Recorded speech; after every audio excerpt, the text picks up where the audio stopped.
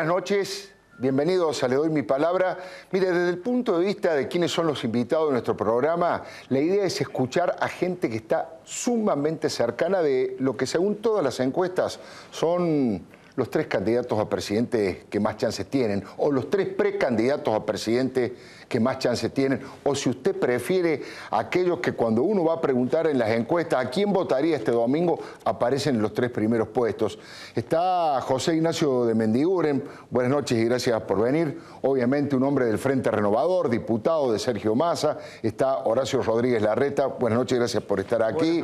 Uno de los hombres de mayor confianza del ingeniero Mauricio Macri. Y enseguidita va a estar con nosotros Francisco de Narváez, que hoy parece inclinar su corazoncito hacia Daniel Osvaldo Scioli. De esta manera le estoy presentando, pero no vamos a hablar de las candidaturas, vamos a hablar de los temas cotidianos, de los temas más calientes, de la crisis económica, de qué va a pasar de aquí hasta fin de año, de los linchamientos, de la inseguridad. De todos esos temas vamos a hablar en un ratito nomás con nuestros entrevistados. Nuestros columnistas también hacen un aporte realmente muy, pero muy valioso. Carlos González Prieto, buenas noches. Carlos González Prieto va a hablar acerca de uno de los más grandes papelones que ha hecho este gobierno, casi una novela de Osvaldo Soriano, Una sombra ya pronto serás, respecto de las cosechadoras y Angola. ¿Se acuerda cuando llevaron esa cosechadora escenográfica hecha de cartón pintado a Angola? José Antonio Díaz, básicamente desde lo económico, como siempre, va a hablar de todo lo que tiene que ver con chocar dos veces las mismas piedras, llevarse por delante los mismos problemas una y otra vez tosudamente el gobierno nacional. Bueno, es típico de aquellos funcionarios, de aquellos dirigentes que no escuchan y que tratan de ocultar los problemas, están condenados a llevárselos por delante siempre. Y Diego Leuco va a hacer su informe especial respecto de la inseguridad, el tema que más preocupa a los argentinos. Hay una alerta muy fuerte encendida en el tablero de la sociedad y aquellos dirigentes que aspiren a representar a la sociedad tienen que ofrecer soluciones. Aquellos que ignoren el tema, la gente se encargará con su voto. Y hablando de su voto, déjeme que le diga desde el punto de vista editorial en dónde estoy parado, desde qué lugar le estoy hablando. Hoy la presidenta de la Nación protagonizó una de las cadenas nacionales más insólitas, más curiosas de los últimos tiempos, con el objetivo de presentar el Encuentro Federal de la Palabra, allí una suerte de iniciativa que se lleva adelante en Tecnópolis. Puso en cadena nacional para todos los argentinos a un hombre que hace rimas de hip hop, a otro stand-upero. Dicen algunos estudiantes de stand-up que hay un chiste que ya es viejo a la hora de estudiar el stand-up, ¿no? ¿La puedo llamar Cristina? Sí, como no, le dijo la presidenta. Dijo, bueno, mañana la llamo. Eso ya es viejo en las escuelas de stand-up y eso hoy lo vimos por cadena nacional los argentinos, pero eso no fue lo más terrible. Lo más terrible es que el genial Pepe Soriano interpretó palabras de otro poeta mayor de América Latina, el Premio Nobel de Literatura, el señor Pablo Neruda. Y en una versión libre, extraída del libro Confieso que he vivido, Pepe Soriano dice, se llevaron todo. Se está refiriendo a los conquistadores torbos, así lo llama, los conquistadores torbos en América Latina. Se llevaron todo, se llevaron el oro, pero nos dejaron un tesoro, la palabra. Bueno, la presidenta lo miraba extasiado a Pepe Soriano, seguramente ella ubicándose en el lugar de los que se quedaron con la palabra y no en el lugar de los que se llevaron todo. Pocas veces la literatura ha definido y ha actuado casi como una editorial política en frente de la misma presidenta de la Nación, que seguramente va a tener que explicar, recorriendo los tribunales, esa matriz corrupta que se apoderó del Estado y que parió personajes como los Lázaro Báez, como los Amado Vudú, como los Ricardo Jaime, que eso sí, no tenga duda, se llevaron todo. La presidenta miraba de esa manera y seguramente muchísima gente que estaba viendo la cadena nacional interpretaba de otra manera esas palabras de Pablo Neruda y cada uno sacará sus propias conclusiones a la hora de ir tomando posición desde el punto de vista electoral. Yo decía, se llevaron todo, pero además se llevaron la verdad. Porque todo esto que se ha dado en llamar el relato, todas esas mentiras que se ha llevado adelante, finalmente han sido una expropiación de la verdad. Hay muchos ejemplos para dar, pero déjeme que le diga el último, el que ocurrió esta tarde. Carlos Alberto Zanini, en el Congreso de la Nación, a la hora de explicar el tema YPF, dijo Zanini, es una mentira que Néstor Kirchner haya sido el privatizador de YPF. Bueno, dicho así, por supuesto, no estaba dentro de su posibilidad, era el gobernador de Santa Cruz. Pero vale la pena, sobre todo para los jóvenes camporistas que creen que los funcionarios son próceres que no tienen pasado, recordarle 2 o 3 cosas que las pueden ver googleando simplemente porque por suerte existe internet y uno puede ir a la historia con bastante facilidad. El miembro informante del bloque de diputados menemistas a la hora de privatizar YPF fue Oscar Parrilli. Sí, el mismo Oscar Parrilli, que hoy es mayordomo de Cristina Fernández de Kirchner. Un diputado peronista, pero digno, cuando terminó le dijo, ¿por qué hiciste eso, Oscar? ¿Por qué vos te ofreciste ser el miembro informante? Porque quiero que Menem me apoye para la reelección a mi candidatura a diputado en Neuquén. Después Menem no lo apoyó, pero así fue como Parrilli actuó en aquel momento. Las provincias productoras de hidrocarburos se nucleaban alrededor de una organización a la cual Santa Cruz mandaba como delegado a Daniel Cameron. Sí, Daniel Cameron, el secretario de Energía histórico del kirchnerismo, el hombre al que lo agarraron jugando al golf cuando todos los argentinos o gran parte de los que viven en la zona metropolitana estaban sin luz y estaban padeciendo esa ausencia de la electricidad y Cameron jugaba al golf. Esa misma persona era el representante. Y esas provincias sacaron una solicitada apoyando fuertemente la privatización de YPF. Y Cristina Fernández de Kirchner, qué milagro que hace el Google, ¿no? Si usted lo googlea, era diputada provincial. Y en una de sus alocuciones desde la banca de diputada provincial en Santa Cruz, Cristina llamó a los diputados nacionales de Santa Cruz a que apoyaran fervorosamente la privatización de YPF. De los 5 diputados que tenía la provincia, solo uno votó a favor y le hizo caso a Cristina, Arturo Puricelli, no sé si lo ubica. El resto de los 4 diputados mantuvo la posición histórica que tenían y dijo no a las privatizaciones. Digo, que se llevaron todo, no tengo la menor duda. Que dejaron la palabra, por suerte, es la palabra que aquí en este programa, que se llama precisamente Le doy mi palabra, podemos utilizar como instrumento para decir nuestras verdades. Una vez más, le doy mi palabra. Bueno, lo prometido, la posibilidad de conversar con José Ignacio de Mendiguren, Horacio Rodríguez Larreta enseguida, ya está aquí Francisco de Narváez, por supuesto los columnistas con todo lo que hemos planteado como tema. Hay varias cosas que tenemos ganas de conversar con usted, José Ignacio. La primera, me parece que desde el punto de vista social es el drama más importante, que es el tema de la inseguridad, linchamiento y todo lo que ha ocurrido. Yo sé que no es su especialidad, pero obviamente un diputado nacional y un hombre del Frente Renovador, quería saber cómo ve usted ese problema. No, además lo padecemos todos, lo padecemos en la empresa, lo padecemos en todos lugares. Primero, ser claro, es una condena clara al uso de la justicia por mano propia. Eso no cabe ninguna duda. Creo además que hay responsabilidades mayores, sobre todo el que conduce, el que gobierna es el que tiene mayor responsabilidad, pero también en esto no estamos afuera ninguno. Todos tenemos que colaborar de donde sea para llevar serenidad. Ahora, sé que es feo decirlo también, pero también la gente a veces se pone más nerviosa cuando ve que lo que a uno le pasa. Usted tiene a alguien que está padeciendo la inflación y usted le dice, es una sensación. Y como escuchamos también que le diga, usted puede comer por 6 pesos. Claro. O cuando usted tiene el problema de la inseguridad y también le dicen, es una sensación. Pero después termina mandando 5.500 gendarmes al conurbano en elecciones. Pero parece que después de unos meses se lo saca, porque parece que se terminó. Entonces lo que usted cree, que más que una medida necesaria, fue una medida electoral. Y así, cuando usted está mal y algo le duele y el médico lo empieza a atender, no es que ya lo curó, pero por lo menos tiene una esperanza.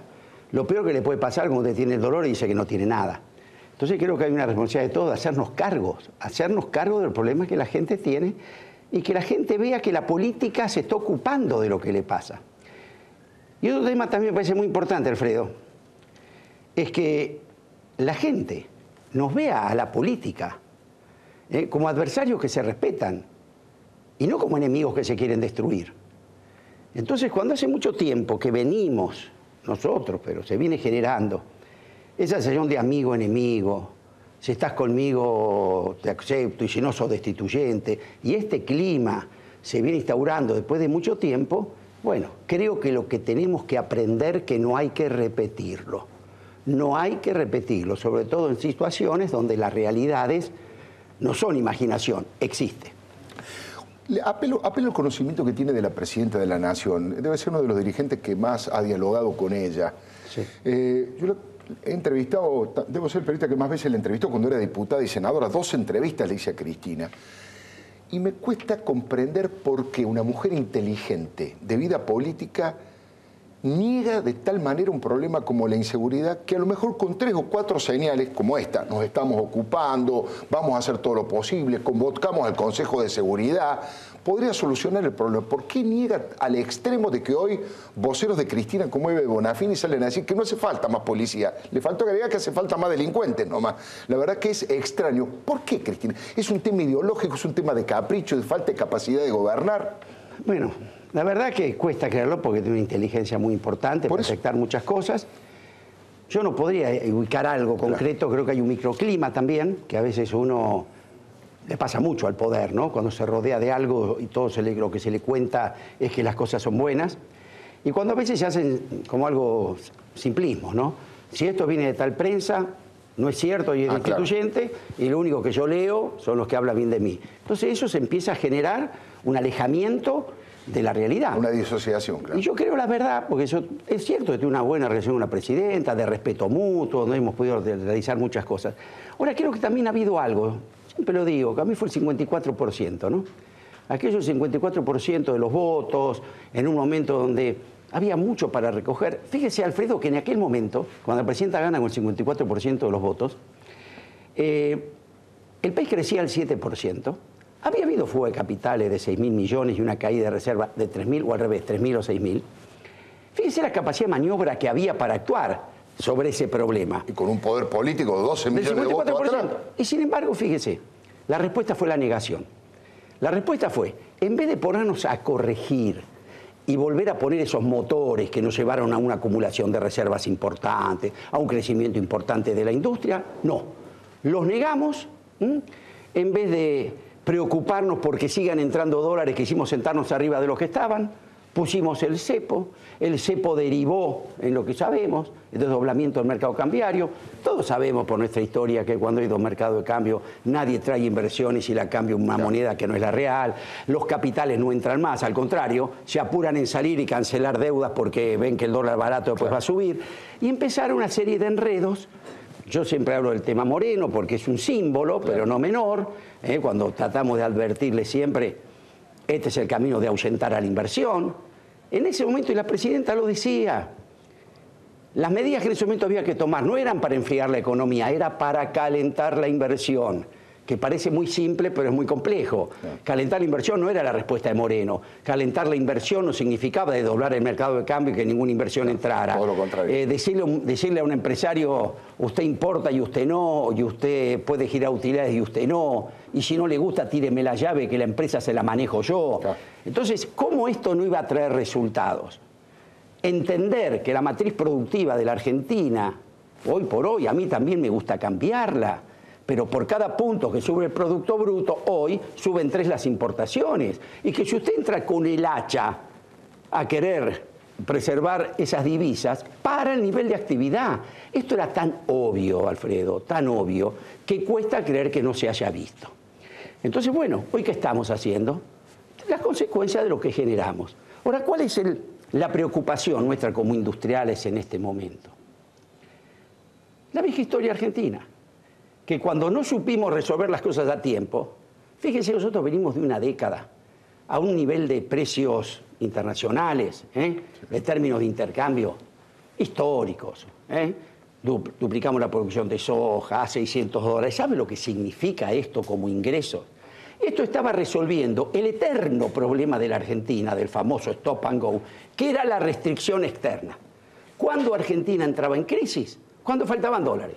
Porque usted si tiene peso los emite, lo que no puede emitir dólares. Y este era el famoso tema, la Argentina crecía, lo que Argentina vendía valía poco, los commodities, y lo que compraba valía mucho. Crisis externa, crisis recurrente. Tenemos una década al revés. ¿no? Donde, ahora, ¿qué pasó? Producto de todas estas medidas, terminamos en el viejo problema de la Argentina, la restricción externa. Llegó la restricción externa. El problema es qué respuesta le damos.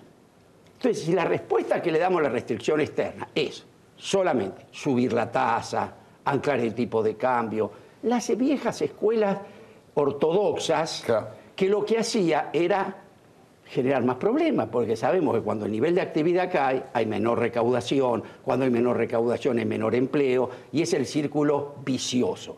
Por eso nosotros, y esto me asusta sinceramente, porque cuando en la Argentina prevaleció lo que llamamos valorización financiera, a los que estamos en la valorización productiva nos fue muy mal. Nos fundimos el campo y la industria, no uno se salvó en función del otro. Entonces, hoy creo que lo que no tenemos que permitir, producto de esta emergencia que se generó, volver a la valorización financiera. ¿Usted se acuerda? La crisis de la hiper, ¿a qué llevó? A las privatizaciones de la década del 90 que fueron mal hechas. ¿Por qué? Porque hubo una crisis previa. Entonces acá nuestro susto, sinceramente, es que para poder hacer la transición vuelva a no ponerse en marcha nuevamente la Argentina que estos años dio los números que hizo, sino que la valorización financiera sea la salida que vuelva a ahogar la producción en la Argentina. Claro. De Mendiguren, usted tiene ahí un rol particular porque un poco está de dos lados del mostrador en el tema del paro de la CGT. Sí. Pasado mañana en un paro convocado por la CGT de Moyano, por Luis Barrio Nuevo, por la CTA de Micheli. Dicen que sobre todo con la fuerza que tiene el paro del transporte va a ser un paro importante. Bueno, la mirada como empresario y por otro lado la mirada como diputado opositor que por lo menos varios de los reclamos que hacen los trabajadores ustedes los reconocen como válidos, ¿no? Sí, pues yo tengo una posición clara, ¿no es cierto? Por supuesto, todos reconocemos el derecho de huelga como algo que no se discute. El tema es que la huelga es un caso extremo, después que uno agotó una serie de procedimientos legales y que queda como única instancia la medida de fuerza. Yo creo que hoy no se han agotado esos caminos, yo creo que estamos empezando a discutir las paritarias, todavía no sabemos cuál va a ser el resultado. Entonces, hacer una huelga previa. Entonces yo creo que mejor es permitir que se desarrollen las paritarias, ver después si quedó mal, si no quedó bien, si agotamos los procedimientos y ahí poder hablar de una medida de fuerza. Yo creo que en los términos que se planteó, me parece que no estoy de acuerdo. Ha sido muy duro Zaffaroni con Sergio Massa, ¿no? Lo acusó de vendepatria, la vieja cosa de que anunció desde los Estados Unidos, que lo comparó con Braden. ¿Qué está pasando con eso? Digamos, hay una suerte de retroceso desde el punto de vista ideológico a miradas donde da la sensación que a veces el kirchnerismo tiene una mirada minoritaria del peronismo. Ve un peronismo minoritario, excesivamente sesgado, dogmático. A mí, sinceramente, me sorprendió muchísimo las declaraciones de Zaffaroni. Creo que está nervioso, una persona sacada, una persona que estaba muy nerviosa. Creo que todos sabemos que Zaffaroni está flojito de papeles también, ¿no? Para poder hacer las declaraciones que está haciendo.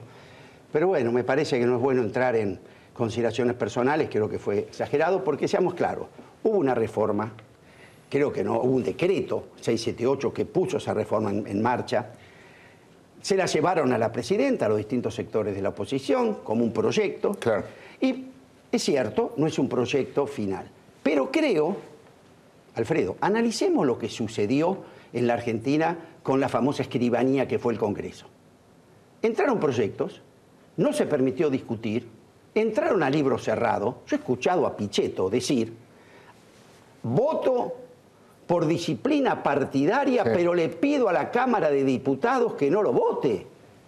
Sí, eso lo tenemos claro. Entonces, sería bueno que entrara este proyecto, no permitieran la discusión y saliera aprobada. Entonces, me parece que el Frente Renovador hizo preguntas concretas. ¿Estamos de acuerdo con bajar las penas al narcotráfico? ¿Estamos de acuerdo? Bueno, y también llamó a la gente a que opine. por estos antecedentes que existen. Es un tema muy importante, no es un tema menor, así que me parece que el debate público es necesario. Lo último, me quedan 3 minutos, pero me gustaría invertirlos en que usted hiciera un pequeño diagnóstico de cuál es el problema central desde lo económico hoy en la Argentina. Hoy, si hubiese que corregir uno de los caminos, ¿cuál sería? Bueno, primero, el problema concreto que tenemos hoy es que la sucesiva sistema de errores que se fueron planificando en los últimos años, acumulación, nos llevó a esta restricción externa. Esta restricción externa que nos estaba demostrando que nos estábamos quedando sin divisas, que además no había forma de poder pararla, que el cepo no fue la herramienta que se creyó que se iba a hacer, se empezaron a emparchar cosas. Y todo ese parche de las cosas que hacen, que caiga a nivel de actividad. Y para mí de una crisis se sale cuando se vuelve a crecer. Entonces, estas medidas para mí van en una dirección que van a hacer caer el nivel de actividad, va a haber más problemas con el empleo, va a haver más problemas con la recaudación, porque el nivel de actividad es recaudación. Entonces nos vamos a ir mordiendo la cola. Yo creo que hay que estabilizarla a las variables económicas, esperemos unas paritarias razonables, yo tengo mucha confianza que tanto el sector del trabajo como nosotros vamos a discutir con responsabilidad. Los dos somos conscientes que lo importante es preservar el poder adquisitivo del salario. De nada sirve tener más plata en el bolsillo si usted compra menos cosas. Y para nosotros, como sector de la producción, salario es mercado. Es imposible, Frondizi decía, nadie compra una máquina para producir lo que no vende. Entonces, que quede claro, por eso las medidas del Frente Renovador, fíjense que van orientados a poner más plata en el bolsillo de la gente, porque lo único que garantiza la no caída a nivel de actividad, a través del mínimo no imponible, a través de permitirle a la pequeña y mediana empresa que la utilidad, que reinvierta en bienes de capital, la desgrave. Además, sabe que una pyme invierte sus utilidades con una tasa al 40, al 50, descuento de cheques al 80%. Se imagina que no puede reinvertir. Entonces, y además sabemos que se pueden reasignar partidas. Hay una partida de más de 800 millones de pesos que se iba a aplicar a la amortización de bienes de capital que no se usa. Y además sabemos, claro, que cuando usted con esa desgravación compra un bien de capital, vuelve a pagar IVA, vuelve a pagar salario ese bien de capital, vuelve al círculo virtuoso de la economía. De Mendigo Ignacio, muy amable. Muchísimas gracias por haber venido. Gracias, Alfredo. No se vaya, la posibilidad de conversar dentro de instantes nomás con Horacio Rodríguez Larreta, obviamente la mano derecha de Mauricio Macri, el jefe de gabinete. También está Francisco de Narváez. Vamos a conversar respecto de todo lo que tiene que ver con esto que ha estallado, el tema de la inseguridad, el tema de los linchamientos. ¿Es verdad que Francisco de Narváez propone que las Fuerzas Armadas empiecen a moverse y a trabajar en la lucha contra el narcotráfico? Y bueno, nuestros columnistas. Yo le dije que Carlos González Prieto nos va a contar qué pasa con ese verdadero papelón de las cosechadoras de cartón pintado que llevaron a Angola. José Antonio Díaz y esa tosudez que tiene el gobierno de llevarse por delante 2 veces la misma piedra. Y Diego Leuco con el informe especial respecto de la alerta de la inseguridad que crece en la Argentina. Ya venimos. Le doy mi palabra. Bueno, lo prometido, la posibilidad de conversar con Horacio Rodríguez Larreta, el jefe de gabinete del gobierno de la ciudad. Buenas noches nuevamente y gracias por estar aquí. Buenas noches, Alfredo. La primera pregunta es la misma que le hice de Mendiguren, porque me parece que es uno de los temas más preocupantes, esta moneda de 2 caras. Por un lado, la inseguridad que avanza y por el otro lado, bueno, esta suerte de tragedia social en la que se convierte el linchamiento, ¿no? Sí, es una buena definición, una tragedia social que hay que repudiarla sin ninguna duda. Pero por otro lado es cierto que la gente está desesperada. La gente está harta de la inseguridad, de no poder salir a la calle. En la ciudad, vos te fijas un poco, hay una cantidad de casas con rejas que no había antes. Sí. ¿No? Cada vez más rejas. Seguro. Ahora, esto requiere de una vez por todas una solución integral. Vos hablabas antes de por qué el gobierno no lo hizo. Y no sé, no pudo, no supo, no quiso, pero no lo hizo. Por eso en la ciudad nosotros pedimos con tanta insistencia que nos pase en la federal. Todas las ciudades grandes en el mundo, todas las capitales manejan su propia policía, Alfredo. ¿Por qué Buenos Aires no? Si ellos no lo pudieron hacer. Nosotros estaríamos dispuestos a hacernos cargo mañana a la mañana si nos la pasan. Se lo pedimos a la presidenta de 1000 maneras. Lo importante es que mientras tanto no nos quedamos con los brazos cruzados. Iniciamos un camino, que es crear una policía propia para la ciudad. Hace 70 años que nadie había creado una policía nueva en la Argentina. 70 años. Y nosotros empezamos. Obviamente es un camino largo, pero hoy tenemos 4.000 policías en la calle. ¿Hay 4.000? ¿Ya son 4.000 en la calle. Son chicos jóvenes, recién recibidos, porque llevan 1 o 2 años en la calle. Pero en los barrios en donde están, en la zona de Villa Urquiza, Coglan, Saavedra, de ese lado de la ciudad, o del otro lado también, en La Boca, Barracas, Patricios, Pompeya, la gente los ve en la calle, lo valora. En cada uno de esos barrios tenemos comisarías, tenemos 2.000 cámaras. Yo entiendo que obviamente para cubrir una ciudad del tamaño de Buenos Aires no alcanza, pero es un aporte. No nos quedamos con los brazos cruzados reclamando. Tarde o temprano, y yo sueño con eso para el próximo gobierno, nos van a pasar la federal y finalmente la ciudad va a poder hacerse cargo. En el mientras tanto, es inentendible por qué el gobierno no encaró este tema con mucha más firmeza. Inentendible. Ahora, supongamos que Mauricio Macri es consagrado presidente en el 2015. ¿Él pasaría de la federal a la ciudad, aunque en la ciudad gobierne, no sé, Martín Lustó? Mira, primero aspiramos a seguir gobernando la ciudad. No, está bien, por supuesto. Quiero poner un ejemplo, alguien que no sea de su mismo espacio político. Pero él, acordate, apenas fue electo, lo primero que hizo fue pedirle una entrevista, una reunión al entonces presidente Néstor Kirchner, y lo primero que planteó fue este tema. No solo porque estamos seguros que funcionaría mejor desde la ciudad, sino porque tenemos real voluntad de hacernos cargo, de cuidar a la gente. Yo reuniones en los barrios con vecinos así abiertas 3 veces por semana, en toda la ciudad, barrio por barrio.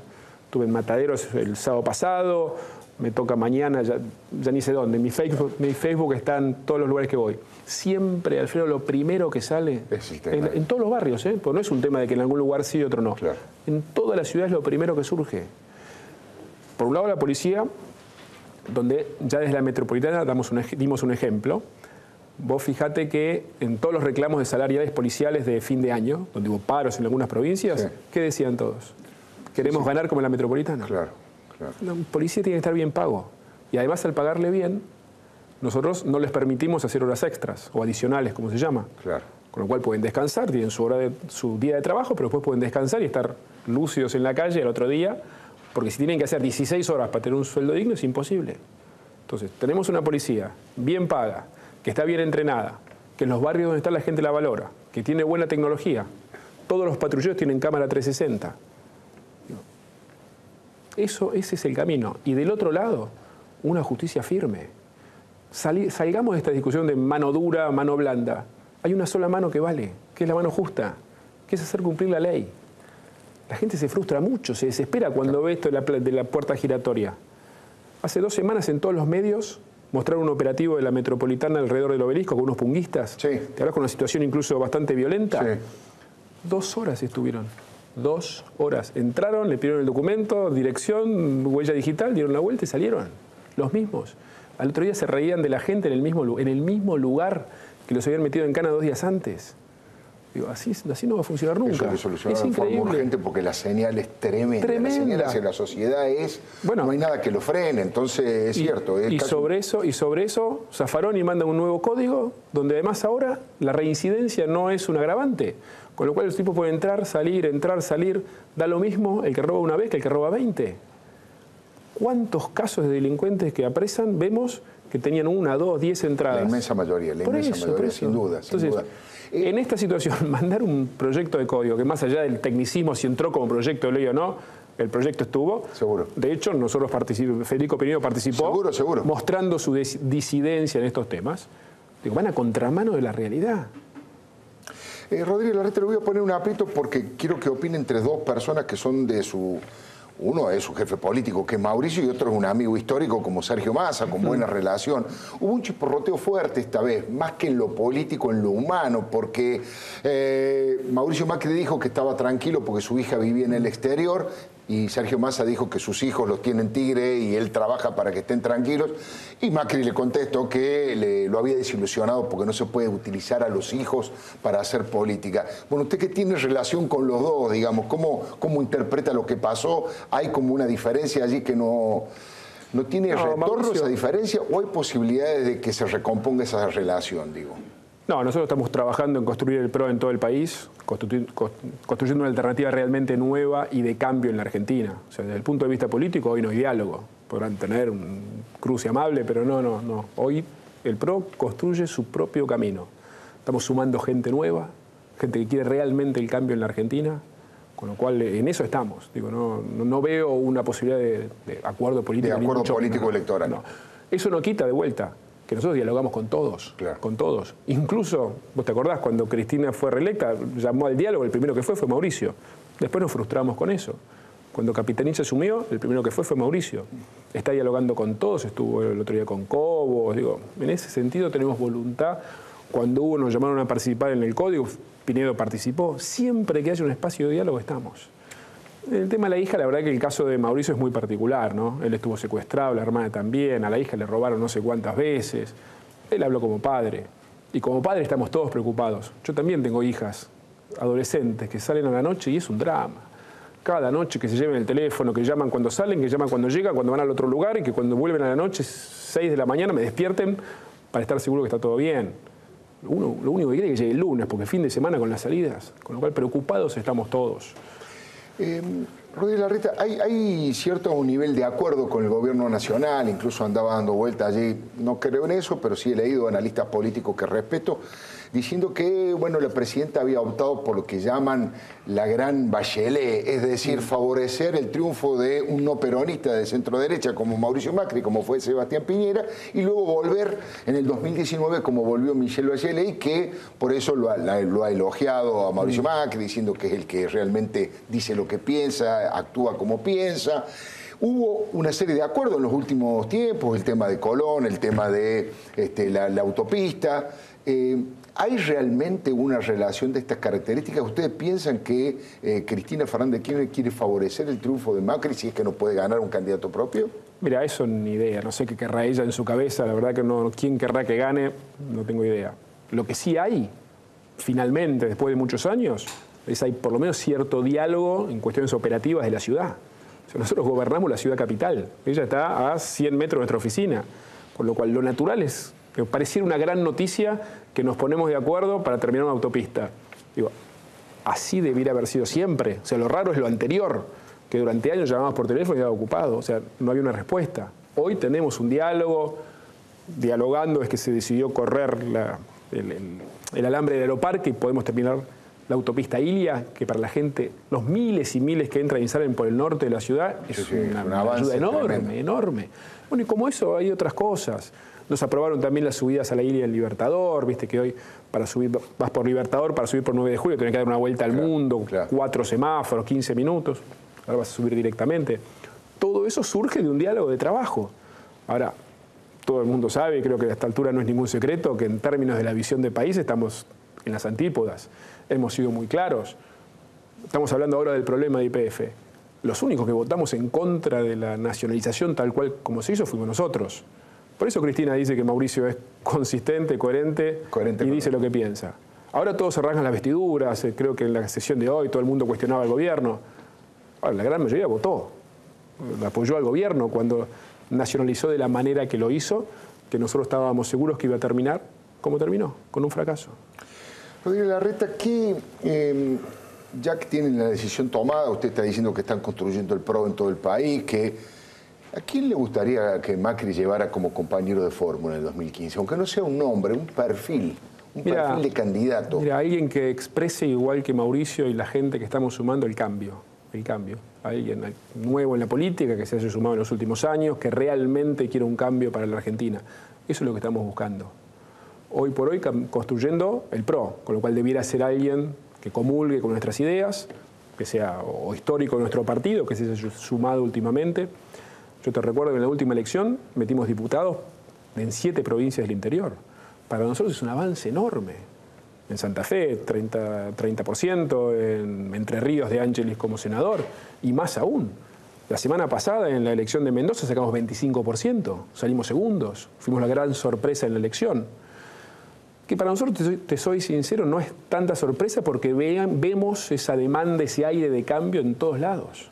Por eso, con un chico nuevo en la política, de menos de 30 años, salimos segundos. Una excelente elección en Mendoza. Hay cierto consenso en que para que Mauricio Macri crezca tiene que fortalecerse un criterio de desilusión de un sector importante de la sociedad del peronismo, que se imponga un pensamiento que diga, bueno, en los últimos años estuvo gobernando el peronismo, el de Menem o el de Kirchner o el de Duhalde, vamos a buscar una cosa distinta y que eso favorecería la candidatura de Macri.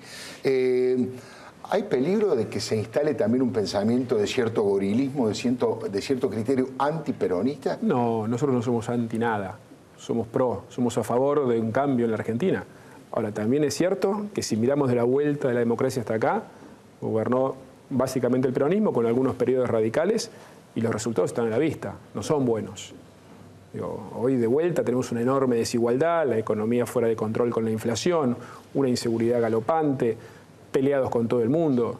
Y eso es producto, por supuesto, de los fracasos de este gobierno, pero también los fracasos acumulados de los gobiernos anteriores, con estos vaivenes que vamos de un lado al otro sin ninguna continuidad. Nosotros pedimos una oportunidad para llevar adelante un cambio, algo diferente. Y eso no nos pone en el anti. Si vos te fijás en la formación del PRO, hay mucha gente que viene del peronismo, que viene del radicalismo, de los partidos de centro, independientes, nuevos. Hemos sumado de todos lados. Entonces no somos anti. Ahora, sí creemos que los que nos gobernaron hasta ahora fracasaron. Por eso pedimos una oportunidad para algo nuevo. Me queda un minutito y medio, pero ahí Ernesto Sanz del radicalismo tiró la idea de que si el espacio UNEN se impone, van a armar con una suerte de CONADEP de la corrupción, digamos, investigar a fondo lo que pasó en estos 10 años, que van a ser 12 en el 2015. ¿Usted tiene algún tipo de proyecto, de idea de ir a fondo respecto de algo que está muy instalado, que es que hay una matriz corrupta muy fuerte en el Estado que ha actuado en los últimos años? Sí, por supuesto, pero yo creo que lo que tenemos que hacer es fortalecer las instituciones. Quien tiene que investigar es la justicia, sin ninguna interferencia del poder político. Crear una CONADEP es crear algo que no está previsto en la Constitución. Sí. Pero yo creo que hay que ir a fondo, ir a través de los mecanismos que hoy existen, que es la justicia, con independencia del Poder Judicial y que investigue a fondo, que investigue a todos. Nosotros llevamos 6 años y medio en el gobierno y no tenemos una, no digo denuncia, insinuación de corrupción. Y gobernamos uno de los distritos más grandes. Con lo cual yo estoy de acuerdo que se investigue y que se investigue en tiempo real. Que no pasen 10 años para empezar a investigar y terminan procesando hoy a funcionarios que salieron del cargo hace 15 años. Eso no es justicia. La justicia que no es en el tiempo, no digo real, pero por lo menos relativamente inmediato, no existe. Horacio, muchas gracias por haber venido. De nada, buenas noches. Muy bien. Bueno, José Antonio Díaz, y esta insistencia, esta tosudez del gobierno de llevarse por delante siempre los mismos problemas. Hay algunos temas que son habituales en recurrentes. Son recurrentes. El gobierno tiene un plan. Es un plan, yo diría, también imaginario, como el modelo en su conjunto. Porque ellos previeron controlar la inflación, hacer tiempo hasta que se liquiden los dólares de la soja, afianzar este proceso de tranquilidad cambiaria para después conseguir algunos créditos internacionales que piensan que se pueden conseguir rápidamente y llegar a fin de año lo más rápido posible, prácticamente sin que pase nada. Esto es absurdo, en primer lugar porque hay un ajuste que ya está provocando una especie de devastación social. Es decir, nosotros tenemos justamente en el distrito Ciudad de Buenos Aires, en la encuesta de Fiel sobre inflación da 3,6%. ¿Ahora para marzo? Para marzo. Deja un arrastre cierto de solo 0,6% para abril, pero seguimos teniendo inflación. A esta altura tendría que haber descendido en algunas centésimas por lo menos, y la inflación sigue. Claro, acá explicamos muchas veces, la inflación le conviene al gobierno porque fíjate, justamente los que no ajustan pese a la inflación, asignación universal por hijo, las asignaciones familiares contributivas, es decir, el grueso, los impuestos que se calculan sobre montos fijos, impuestos a las ganancias, bienes personales, monotributo. Es decir, el gobierno recauda más. Entonces uno puede entender esta trampa de seguir sosteniendo la inflación. Pero el problema es que este ajuste ya tiene otro tipo de efectos del otro lado del mostrador. La caída en la actividad. Claro. La construcción cayó 5%. Bueno, de Mendiguren lo dijo con bastante claridad. Las automotrices, la automotriz. Construcción cayó 5%, producción de autos 17%, electrodomésticos 10%, los créditos de los bancos 5%. ¿Esto qué es? Son síntomas recesivos que se van a profundizar. Entonces, no es que se puede ir en un camino más o menos impune mientras esto lo barremos debajo de la alfombra. El gobierno vuelve a chocar con la misma piedra, no solo con la inflación, sino con el dólar fijo. Claro. El dólar a 8 pesos. El dólar convertible es ahora 8 pesos. Ahora, a medida que el dólar siga a 8 pesos, con una inflación que en cualquier perspectiva anual supera el 35% y llega hasta el 40%. Fiel dice que los 12 meses pasados acumularon una inflación de 37,5%. Es más o menos lo que puede darse hasta fin de año. ¿Cómo se va a sostener el dólar con la inflación descontrolada? Es decir, para esto hay que tener una política económica integral y con cierta sensatez, no con golpes de efecto. Desde mañana Kicillof está en el Fondo Monetario Internacional, van a acordar la visita de una delegación exploratoria del fondo después de no sé cuántos años, 2009 creo que le pagamos los últimos 10.000 millones de dólares, empieza una relación nueva, no nos quieren, por supuesto, entonces a partir de ahora es simplemente una treta para que el fondo le diga a los países del Club de París que pese a que Argentina no cumple, claro, nos den un préstamo. Es bastante complicado el trámite porque este gobierno ya no tiene confianza política, sobre todo. Todo esto es un gran menjunje político para el gobierno, ¿no? Lo dice José Antonio Díaz con su firma. ¿Quién lo ha visto y quién lo ve? A Axel Kicillof entrando al Fondo Monetario Internacional, Las vueltas, la vida te da sorpresas. Mire, hablando de sorpresas, vamos a charlar con Francisco de Narváez. Le digo simplemente 2 o 3 de las preguntas que tengo ganas de hacerlo para dejarlo enganchado y que no se vaya. La primera, ¿ya tiene decidido en su corazoncito llevar a Daniel Scioli, candidato a presidente del 2015? Una de las preguntas que le voy a hacer. La otra, ¿cuál es el argumento, con qué fundamenta esto de que las Fuerzas Armadas tendrían que empezar a combatir el narcotráfico? Por supuesto, Carlos González Prieto nos va a comentar cómo fue, los detalles, los entretenores de este verdadero papelón de las máquinas cosechadoras de cartón pintado que fueron a Angola. Y Diego Leuco con el informe especial respecto de la alerta a propósito de la inseguridad. No se vaya, que ya venimos. Le doy mi palabra. Bueno, muchas gracias por estar aquí, de Narváez. Bueno, un poco ya dejé planteada algunas de las preguntas. La primera, ¿usted tiene ya la decisión tomada de empujar? ¿Cree que Daniel Scioli es el mejor candidato a presidente que hay del 2015? ¿O eso todavía no lo tiene resuelto del todo? Empezó livianito. Empecé suave. Estamos buscando un título para las agencias. A ver, yo quiero... Bueno, Gustavo Ferrari, uno de sus principales colaboradores, hombre, está al lado, está trabajando con él. Desempeñándose como asesor general de la Gobernación, un acto una posición muy importante que lo que tiene que dar es certeza de legalidad de los actos de gobierno. Claro. A ver, Alfredo, yo quiero ser parte de lo que viene. Ingresé en la política en el 2005 y dentro del justicialismo. Y lo que entiendo que tiene que haber un proceso de una agenda que se construya para el futuro. Yo creo que lo primero que hay que hacer es pacificar la Argentina. Tenemos el ánimo muy alterado y eso no ha ayudado. De verdad, y sigo muy crítico y soy muy crítico del oficialismo nacional, nadie tiene la razón y nadie está totalmente equivocado. Esto me parece que hay que buscar ese punto. La Argentina próspera. La Argentina próspera es la Argentina en que vuelve a recuperar ese valor de que el que se esfuerza progresa. El que no se esfuerza no progresa. Es una condición básica del ser humano. Una Argentina segura, de la que seguramente vamos a hablar. Una Argentina insertada en el mundo. Entonces, en ese peronismo, yo creo que hay varios nombres que lo pueden representar. Te mencionó al gobernador Scioli por trayectoria, por personalidad, por carácter, me une a él una amistad personal que indudablemente esto ayuda, pero no de ninguna manera a su coterráneo de la Sota. Es un gobernador que tiene también una visión muy inteligente del rumbo que debería seguir la Argentina. Gobierna nada más que por tercera vez, nada más y nada menos que la provincia de Córdoba.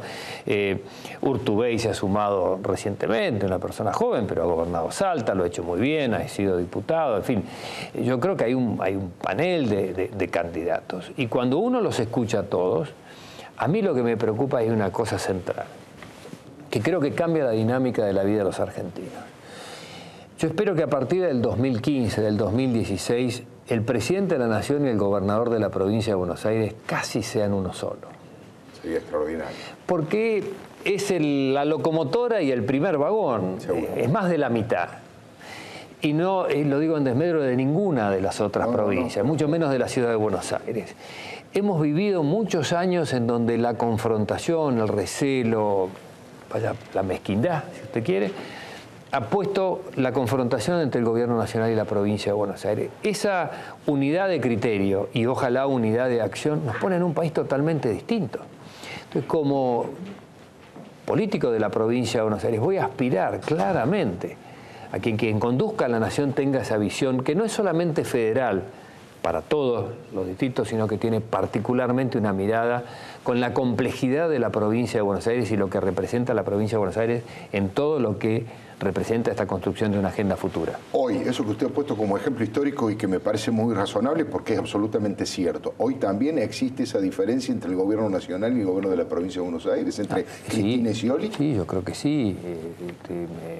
Soy testigo de lo que ha pasado en la política en los últimos 8 años, que soy diputado por la provincia de Buenos Aires. O sea, ha habido cuestiones que pueden tener una cierta razonabilidad y criterio, y ha habido caprichos del gobierno nacional para con la provincia de Buenos Aires. No vayamos muy lejos. Cuando se le negó la plata hace 1 año y medio para pagar los medios aguinaldo, para meterlo en un brete político al gobernador y a la provincia, el conflicto docente que se acaba de resolver después de 17 días, usted sabe bien que había ahí algo que no se manifestó con toda virulencia, con toda la fuerza, era que el gobierno nacional no cerraba la paritaria docente, que es la que finalmente marca la pauta de cómo se puede resolver. Entonces yo creo que el gobierno, de verdad, yo creo que el kirchnerismo ha tomado para con la provincia de Buenos Aires una lectura que tuvo Néstor Kirchner de entrada. Néstor era una persona con quien tuve todas las diferencias, sumamente sagaz leyendo la política. Él dijo, yo tengo que dominar la provincia de Buenos Aires.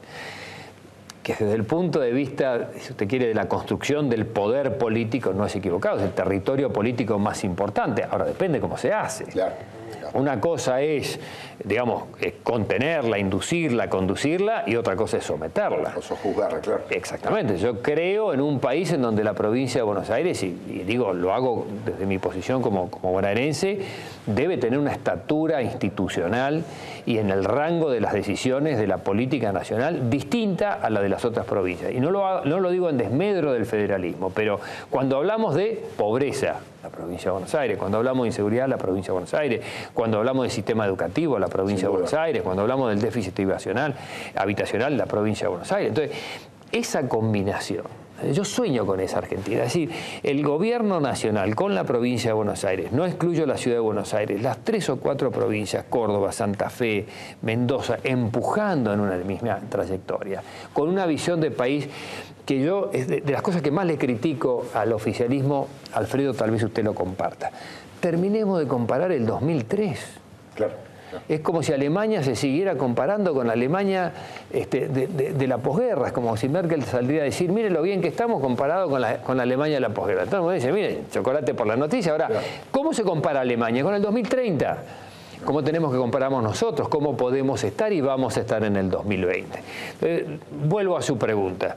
Tengo afinidad con Scioli, tengo afinidad con De la Sota, tengo afinidad con Urtubey, tengo afinidad con otros dirigentes del justicialismo. Pero siempre dentro del PJ, eso estamos hablando. Sí, absolutamente. Está muy claro. La otra pregunta, bueno, también había quedado planteada, podríamos fusionar dos que tienen que ver. Por un lado, la inseguridad en general y por otro lado el tema del narcotráfico en particular, que me parece que en algún lugar articulan fuertemente. De hecho, casi todos los estudiosos le dan al tema de lo sanguinario, lo feroz que se ha convertido el delito en la Argentina, mucho componente tanto del consumo como del tráfico de droga, ¿no? Es así, Alfredo. Hay una ecuación. Droga más armas ilegales igual a muerte. Claro. Esto sucede en todos los países donde este fenómeno no es un fenómeno que nos pasa a nosotros y no le pasa al resto. Casi, claro. Entonces, la presencia de la droga en la cantidad que hoy está en la Argentina, donde creo que la señora presidenta hace un par de semanas, creo que involuntariamente cuando dijo los ricos consumen de la buena y los pobres consumen de la mala, lo que estaba diciendo que en la Argentina se cocina cocaína, claro. Porque si no, no es de la mala. Claro. Entonces ya no es un país de tránsito, es un país de producción. La combinación de droga y de armas ilegales produce la violencia que hoy tenemos. ¿Cómo se resuelve el problema? La pregunta es, ¿tiene solución? Claro que tiene solución. Uno tiene que salir a mirar al mundo a ver cómo se ha resuelto. ¿Cómo se ha resuelto? Primero, coordinando todo un programa que combate precisamente al crimen organizado. Se llama crimen organizado frente a un Estado desorganizado. ¿Quién gana? El crimen organizado, es una obviedad. Ahora, ¿quién es el principal actor de coordinar una política antidroga o anticrimen organizado? El gobierno nacional, que se sienta en la cabecera, que convoca precisamente al Consejo de Seguridad Interior, que tiene un comité de crisis. ¿Y quién se sienta en esa mesa? Todos los gobernadores y el jefe de la Ciudad de Buenos Aires, los jefes de policía, nosotros los legisladores, la justicia, y dice, a ver señores, ¿cuáles son los 5 puntos en que estamos de acuerdo? A ver, yo digo uno. ¿Tenemos o no tenemos radarizadas las fronteras? No, no las tenemos. ¿Se puede? No, no. Los puertos, fenómeno. ¿Tenemos una agencia que haga de coordinación permanente de como sería la DEA en los Estados Unidos? Nosotros le hemos llamado la AFA, la Agencia Federal Antidroga. No, no la tenemos. Tenemos el CEDRONAR que cumple otras funciones más o menos. Sí. Bueno, perfecto. Tenemos relación con los organismos internacionales y con las agencias que tienen información de cómo se mueve esta maraña de dinero y de droga en el mundo. No, la hemos cortado. ¿No es cierto? Entonces, hay 4 o 5 cosas que si nosotros haríamos bien y rápido, comenzaríamos precisamente a dar una batalla en serio. En serio, claro. Yo quiero acá significar algo. Esto no lo puede ganar un intendente. Claro. Es muy despareja la batalla. No lo puede ganar un gobernador solo. Es despareja la batalla. Esto lo gana un país que se pone del lado del ciudadano que dice no quiero tener un país con droga. Y lo hace. En la Argentina no se produce cocaína. Se importa, se cocina, se vende y se exporta. Y marihuana en muy poca cantidad. Entonces tenemos todas las condiciones para hacerlo. Ahora, usted hacía una reflexión, creo que se lo preguntó a Horacio. ¿Por qué el gobierno no lo hace? Sí, me resulta muy difícil de comprender, ¿no? Mire, yo creo que ellos tienen... Primero que son conscientes de la gravedad del problema. Yo nunca me creí que no pensaban que la inflación era la que era. Claro. Nunca. Porque uno puede concederle un montón de cosas, pero tontos no son. Tontos no son. No son. Lo hacen por alguna razón. Son demasiado vivos. Entonces yo creo, Alfredo, que ellos han tenido una estrategia de construcción de poder. ¿Qué es? Yo consolido un pedazo de la sociedad que me apoya a lo que dé, 25, 30, y lo demás lo divido. Nosotros tenemos la responsabilidad de que los demás lo dividen si lo han dividido. Nos hemos dejado dividir. Pero 30 unido es mucho más que 70 dividido en 7 partes, para ponerlo de alguna forma que no lo es. Claro, pero el ejemplo está claro. Ahora, ¿qué quiere escuchar ese 30? Tiene una visión esencialmente de un progresismo falso, porque no es progresismo lo que hay en la Argentina, y también de un garantismo falso. Que digamos es un buenismo, creo que alguien lo escribió el otro día, no me acuerdo quién lo leí en una columna, que me pareció un buen término, que es la víctima, ¿sí? En realidad tuvo mala suerte y el homicida o el delincuente es una víctima de la sociedad, consecuentemente lo tenemos que proteger. Y esta cuestión dogmática, ellos la sostienen a rajatabla. No es porque se la crean, de verdad creo que no. Pero a ese 30% es como música para sus oídos. Claro, el discurso que y ahí están, ¿no? Y ahí están. Es un poco el ADN de toda la doctrina. Si no, no tiene explicación. Ahora, lo llevo a ese tema más polémico entonces, el tema de la utilización o la participación de las Fuerzas Armadas en el combate al narcotráfico. Ahí los estudiosos están divididos, hay polémica en ese aspecto. ¿Usted sí cree que es importante en la Argentina de hoy que sería útil, que sería positivo. Sí, y porque otra vez, digamos, sacó la cabeza, miro y dice, a ver, ¿cómo lo están haciendo en otros países? Sí. El fin de semana había varias fotografías de... En Brasil, en Lamarre, que es la favela que más se ve cuando uno llega a Río de Janeiro. Más fuerte, quiero hacer una digresión. En Río de Janeiro se ven las favelas porque están arriba de los morros. Claro. Acá no se ven porque es un territorio plano, pero la condición de convivencia ahí adentro es exactamente la misma. Y el ejército, con 2.700 efectivos, entró a pacificarla, es decir, requisó armas, se instala el Estado, generan un puesto de salud, generan una escuela, generan precisamente una comisaría o un destacamento, o sea, comienza a tener presencia el Estado. Entonces, yo estoy a favor de eso. Segundo, porque ya el criterio antiguo de que Brasil no se lo puede acusar de ser un gobierno derechista. De ninguna manera. Ni a Dilma Rousseff ni a Lula. De ninguna manera. Gozan de altísima popularidad y tienen claramente una lucha muy fuerte contra el narcotráfico. Pero segundo, hay una antigua doctrina que decía que la defensa de la soberanía era fronteras afuera. O sea, la teoría de que había una invasión de otro país. Exactamente. Entonces las Fuerzas Armadas se constituían protegiendo la frontera por si alguien venía. Ya no pasa más, ya está dentro. Entonces, el concepto moderno es de seguridad exterior y seguridad interior. Lo que yo estoy diciendo es, ¿por qué no nos damos la licencia? Y que yo sé que esto toca una cantidad de puntos sensibles para todos. Seguro. Nadie puede decir... lo que pasó dejó de pasar. Sí pasó. Ahora, 30 años después, yo digo, el Estado, ante el embate del narcotráfico, en donde la soberanía es que en Rosario está perdida. Rosario está controlada por el narcotráfico. Tenemos zonas en el conurbano en donde está dominado por el narcotráfico.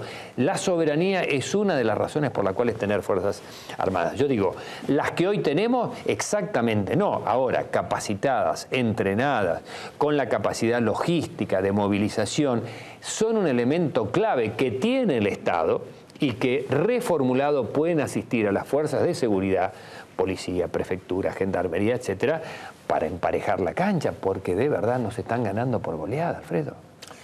Hay otro tema muy polémico en este plano y también me gustaría saber su opinión, que es la ley de derribo. Sí. Porque, bueno, esto también, Brasil tiene una posición muy particular y aquí se ha generado un debate bastante fuerte. El proyecto, nosotros hemos presentado un proyecto en el 2009, como también tenemos presentado un proyecto en marzo del 2010 para bajar la edad de imputabilidad a los 14 años. Sí. O sea, yo voy por los temas polémicos. ¿Por qué? Porque creo que hay que tomar decisiones. Sí, son nudos que hay que desatar. Bueno, entonces, ley de derribo. Ley de derribo es, señores, cuando decimos que un vuelo ilegal, después de 6 advertencias,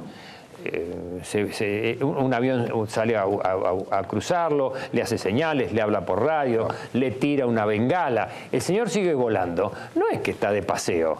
Definitivamente dentro de ese avión venía algo ilegal. Pero la verdad es que la droga entra en cantidades en los puertos. El problema los tenemos... Son más los puertos que los aeropuertos. Por una cuestión de cantidad. De magnitud, claro. Exactamente.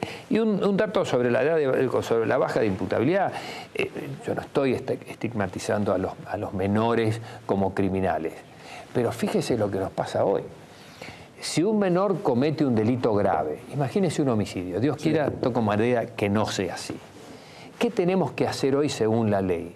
Inmediatamente devolverlo al ámbito que lo llevó a cometer ese delito. Lo que tiene que hacer el Estado es cuidar a ese menor y decir, mira, de donde vos venís, tal vez una familia desunida, tal vez un ámbito en donde te has... de promiscuidad, de marginalidad, de exclusión. Vení, te vamos a contener en un lugar apto para hacerlo. Tenemos que tener, lógicamente, un código penal, un régimen penal juvenil que hoy no lo tenemos. Seguro. Faltan cosas. Pero yo estoy a favor de proteger el menor. No de decir, de donde vos veniste, llevaron a cometer un homicidio y como no puedo hacer nada, volvé ahí a ver si te va mejor. Probablemente no le vaya mejor. Entonces, estos son los temas que yo creo que hay que discutir. Una última mención, Alfredo. La inseguridad se puede resolver, no tenga ninguna duda, pero se produce por muchas causas. Consecuentemente, son muchas las decisiones que tenemos que tomar bien y coordinadas, algunas de más rápida resultado y otras de más largo plazo, que nos va a devolver la seguridad. Francisco de Narváez, muy amable y gracias por haber venido. Gracias, muy amable por invitarme. Bueno, Carlos González Prieto había prometido dar algún detallecito más de este verdadero escándalo. Yo le digo el cartón pintado. Pero bueno, buenas noches, ¿cómo le va? ¿Qué tal, Alfredo? Buenas noches. Bueno, quebró finalmente la empresa que iba a exportar, digo, porque nunca exportó nada, cosechadoras a Angola. En realidad, más que la quiebra, la noticia es esta estafa, esta farsa, este papelón, con el apoyo explícito del gobierno provincial, del gobierno de Entre Ríos y del gobierno nacional, que han provocado este descalabro de esta empresa. Pero prestemos atención a las fechas y a la crónica. Voy a ser muy sintético, pero es muy interesante prestar atención a las fechas. Febrero del 2011, la familia Senor, padre, hijo y el contador, arman una empresa. Sacan, según los datos de la AFIP, el alta en los impuestos a nivel nacional de Grandes Máquinas de Concepción del Uruguay Sociedad Anónima. Febrero del 2011. Ahí nomás alquilan un galpón en Entre Ríos. Empiezan a recibir créditos millonarios por parte del gobierno provincial. A la gente que está en el negocio en serio de maquinaria... Le llama la atención. Porque... Dice, ¿cómo es esto? Que de buenas a primeras en un mes alquilan un galpón, le dan millones... Empiezan a ensamblar una cosechadora. Ahí Matías Longoni, periodista de Clarín, alertó sobre esta situación. En la planta había nada más que una cosechadora que se estaba armando. Principios del 2012, no había pasado ni siquiera un año de esto. Guillermo Moreno arma el viaje a Angola, ese viaje famoso que Cristina bailaba, no sé si lo recordás, las medias de los chiquitos de Angola que estaban descalzos, que decían clarimiente. Bueno, allí va la gente de esta empresa Angola. Hacen un convenio, aparentemente para exportar 18 cosechadoras, que como vos bien decías, eran papel pintado. Vuelven. A los pocos días del viaje a Angola, presentan la máquina, que era una farsa. Esto es el relato en estado puro. Si hay un caso que ejemplifica el relato, es este. Presentan la máquina en la Casa de Gobierno y ahí vemos el tape y después seguimos comentando. Entre Ríos, allí la presidenta junto a la ministra de Industria, el gobernador de Entre Ríos, empresarios del grupo Senor, quienes han firmado un convenio de venta de 18 cosechadoras Magmitos, como decíamos recién, en la visita a la República de Angola. Allí la presidenta de la Nación, conociendo en primera persona estas máquinas que representan el trabajo, la producción y la apuesta, por supuesto, al crecimiento de la República Argentina. Yo me río para no llorar. Ese mismo día... Da vergüenza ajena. Datos del Banco Central de la República Argentina. Sí. A ese día ya tenían cheques rechazados por 500.000 pesos la empresa. Cheques rechazados por... ¿Cómo no la cuidan a Cristina? ¿Cómo alguien no se fija qué tipo de empresa estaban llevando? Ese mismo día, Alfredo, 12 de marzo del 2012, le rebotan 2 cheques. Uno por 15.000 pesos, está acá. Banco Central de la República Argentina. Realmente un papelón internacional. Ahora, imagínate con la presidenta ahí arriba. Le empieza a fiar todo el mundo. Vos ves a una empresa que la presidenta hace semejante anuncio. Por supuesto. Siguen tomando créditos. 3 millones de pesos en cheques rechazados. ¿Cómo termina la película? La farsa termina la semana que viene, la semana que pasó, perdón, con finalmente la quiebra de la empresa, que deja un pasivo, según la quiebra, a la provincia, esto sin intereses, 6.052.000 pesos, 700.000 pesos a la AFIP, 250.000 pesos a rentas de la provincia de Entre Ríos, y ni siquiera le pagaron el alquiler a la Corporación del Puerto de Entre Ríos, que les alquiló el galpón, también están ahí en la cola, con 52.000 pesos. Lo último, Alfredo, si me permitís, lo preocupante es que lamentablemente no es el único caso este. Atención, porque en Entre Ríos está sucediendo en estos momentos otro caso similar. Un frigorífico San José, que tenía casi 500 empleados, lo compra un grupo brasilero, JBS, a raíz de los conflictos con la carne, lo estatizan el frigorífico, se queda 85% del Estado, 15% de los productores, ya pusieron 90 millones de pesos en el frigorífico, con créditos del Bicentenario por 70 millones. Hoy, hace un mes y medio que el frigorífico está parado y hay 120 trabajadores con serios riesgos de perder su fuente de trabajo. También en la provincia del Delfín de Cristina de el Pato Uribarri. Sí, si alguien está viendo el programa, algún amigo de Sergio Uribarri, no creo que vea este programa, que sea de su predilección, pero si alguien está viendo, que le avisen al gobernador, que hay cosas de una improlijidad que rozan la sospecha de si no tiene algo que ver en esta tranza, en esta ida y vuelta de créditos, y si no hay algún vuelto que ha quedado por allí. Si quiere ser candidato a presidente del kirchnerismo, debería mostrar mayor transparencia y mayor eficiencia a la hora de gobernar y dar los créditos que son de todos. Ese dinero que se llevaron estos truchos son de todos los argentinos. Pero hay un tema muy delicado que es el tema de la inseguridad. No se vaya. Ya viene Diego Leuco con el informe especial respecto de esto que nos preocupa tanto a los argentinos. Ya venimos. Le doy mi palabra. Bueno, obviamente el tema que más preocupa a los argentinos, según todas las encuestas, alerta e inseguridad. Diego Leuco. Bueno, vamos a hablar un poco de este plan Scioli, este plan de emergencia que ha lanzado el gobernador de la provincia de Buenos Aires. Hay algunas críticas políticas que le ha hecho el gobierno nacional. No nos vamos a meter en eso. Nos vamos a meter directamente en las críticas o en las contras que tiene este plan desde el punto de vista policial, desde el punto de vista de seguridad, que es en realidad lo que importa. Técnico, claro. Desde el punto de vista técnico, hay mucha gente a la que he consultado para hacer este informe que ha visto muchísimos planes de seguridad. En los últimos 10 años, en la provincia de Buenos Aires se lanzaron al menos 7 planes de este estilo. Sí. Siempre en emergencia, siempre en situaciones calientes, siempre con la palabra justamente emergencia, alerta. Seguro. ¿Qué problemas trae esto? Vamos a ir desglosando punto a punto algunos de los más importantes. Ha anunciado cosas muy positivas el gobernador, la inversión de 600 millones de pesos, la creación de fiscalías, la creación de alcaldías también.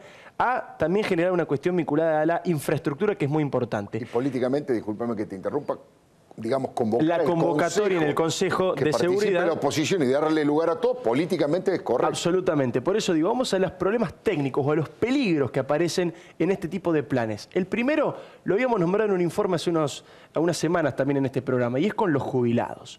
Volver a traer al personal retirado de la policía y del servicio penitenciario. En los papeles, en la propuesta, la verdad que es interesante decir que gente que ahora no está haciendo trabajo policial, llevarlo a un trabajo administrativo en las comisarías, a las computadoras, y que ese personal vaya a la calle. Esto es en los papeles. Lo que termina ocurriendo es que los primeros días están haciendo trabajos administrativos y el primer día que falta un agente en la calle lo envían. Y es una persona que por algo dejó de ser policía. Claro. Es alguien que ya no está más ejerciendo ese cargo. Y hay otro peligro, como prácticamente nadie quiere regresar porque cobran casi un 90% su sueldo de jubilación, parece que están haciendo un llamado compulsivo, los están obligando a volver. Claro. Y esto puede traer consecuencias, insisto, por algo no pertenecen más a la fuerza, no es tan fácil volver a traer jubilados. ¿Por qué? Tiene cierto riesgo y ha habido casos tristemente célebres, sobre todo en el 2001, con este tema de recuperar a gente que ya no pertenece a la fuerza. El control. Siempre que se anuncien estos planes de emergencia y en estado de emergencia, y lo vamos a ver después más en profundidad con el tema armas, se le da demasiado control a la bonaerense. Claro. Y eso es algo que siempre preocupa porque se sabe que la bonaerense no es precisamente la fuerza más pura de la República Argentina, ni la fuerza más controlada ni controlable de la Argentina. Claro. Entonces vamos a ver, por ejemplo, después, en unos instantes, en el caso armas, cómo la bonaerense empieza a tener mucho más poder. Y siempre, en pos de la seguridad, se quitan ciertas libertades que son de todos en realidad, no solamente de los delincuentes, y se le da demasiado poder a la bonaerense, y eso es algo que hay que tener muy en cuenta porque sabemos lo que es esa fuerza policial. El tercero es, ¿por qué la emergencia? Si la inseguridad viene siendo un problema hace tantos años, ¿por qué hay que actuar en estado de alerta, de alarma, de emergencia? Eso significa que los fondos se disponen de manera discrecional, significa que va a haber menos controles institucionales. ¿Por qué la necesidad de llegar a este punto?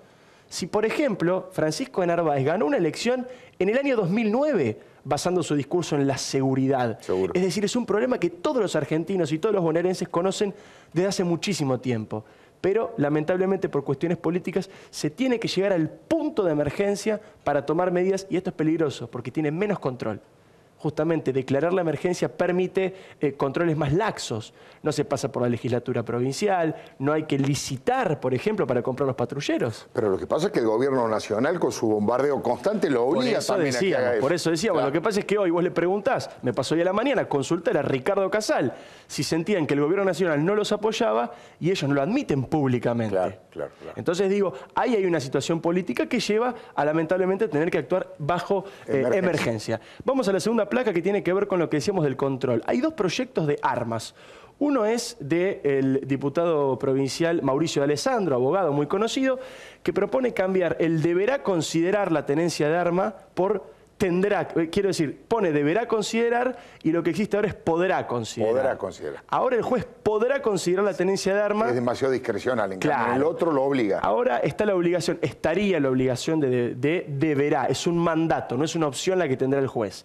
Y el otro proyecto a nivel nacional es de Martín Insaurralde, que también se ha mostrado alejado del gobierno nacional en este tema, y lo que dice es equipar a todos los calibres, porque ahora solamente se tiene en cuenta para la prisión si alguien tiene un arma que es considerada de guerra, mayor de calibre 38. Esta ley que propone de Insaurralde lo que hace es equipar a todos los calibres, porque dice que el calibre 22 tiene tanto poder de muerte como otro tipo de calibres. Sin duda. Insisto, volvemos al tema del control. Sabemos que la bonaerense no tiene las mejores prácticas. ¿Y qué pasa si el delincuente que agarran está en connivencia con la bonaerense y arroja el arma antes de ser detenido? O al revés, quieren plantarle un arma al delincuente. Esta discrecionalidad que antes era del juez para pensar si escarcelaba o no escarcelaba a una persona que tenía arma, ahora está en manos de la bonaerense. Entonces digo, atentos, porque en los papeles está muy bien, pero lo que decíamos con el Código Penal, hay que ver dónde se aplican estas medidas. No es la policía de Suiza, es la policía bonaerense. Sin duda. Entonces, era el juez el que decidía, ¿lo escarcelo o no lo escarcelo? Ahora va a ser un comisario de la bonaerense con todos los riesgos que eso significa. Vamos a la tercera placa. Sí. El helado de Granados. Este es el sueño del ministro de Seguridad de la provincia de Buenos Aires, Alejandro Granados. Él dice, si vos te sentás a tomar un helado en una plaza, cuando lo empezás a tomar, tenés que ver un patrullero de la bonaerense. Primer sabor, el sabor amarillo. Cuando vas por la mitad, tenés que ver un patrullero de alguna fuerza federal, gendarmería o prefectura. Sí. Y cuando vas por el final, tenés que ver algún patrullero de la policía municipal. Este es el sueño de Granados, que fue a España y se enamoró de que en España tienen 300.000 policías para una población similar a la de la provincia de Buenos Aires. Claro. Hoy la bonaerense tiene 40.000 agentes disponibles, que a las fuerzas policiales hay que dividirlas por 4. Porque son 4 turnos. Turnos de 8 horas. Así que todavía estamos muy lejos de este sueño de Granados, que quiere hacerlo a toda costa. Por ejemplo, incorporando jubilados. Granados dice que a fin de año van a egresarse 10.000 policías nuevos. Hay otro pequeño problema. Para ser policía bonaerense y portar un arma, hoy en el conurbano, hay solo 6 meses de entrenamiento. Muy poquito para semejante nivel de responsabilidad. La última placa, y esto es puramente político, ¿dónde está? ¿Y quién es? ¿Quién es María Cecilia Rodríguez? La ministra de Seguridad de la Nación. Y al estilo Sileoni, en el paro docente, no ha emitido una sola palabra. No se sabe cuál es el pensamiento de la ministra de Seguridad de la Nación. Una mujer que además, bueno, sabemos que el hermano ha tenido problemas con la justicia, no ha hablado de eso tampoco, pero en este caso ni siquiera ha opinado sobre esta situación que está acuciando a toda la gente en la provincia de Buenos Aires y en todo el país, y es ni más ni menos que la ministra de Seguridad. No se sabe dónde está ni qué piensa. Bueno, no se sabe dónde está, pero uno puede sospechar que tal vez está tomando el helado de Alejandro Granados, la ministra. No se vaya. Viene Líderes con Cecilia Lucía Puig y es un programa realmente valioso porque es una entrevista importante, detallada, larga, a uno de los empresarios más importantes de la Argentina. Estamos hablando de Rubén Cherniakhovsky. Él es el dueño, el presidente de Newsam, que es la empresa argentina que mayor cantidad de televisores fabrica, especialista en venta de electrodomésticos, como el caso de las heladeras. Vale la pena conocer la entretela de esta empresa llamada Newsam y este reportaje a Rubén Cherniakhovsky por parte de Cecilia Lucía Puig. No se vaya y lo espero el próximo martes a las 22 horas aquí por Canal 26.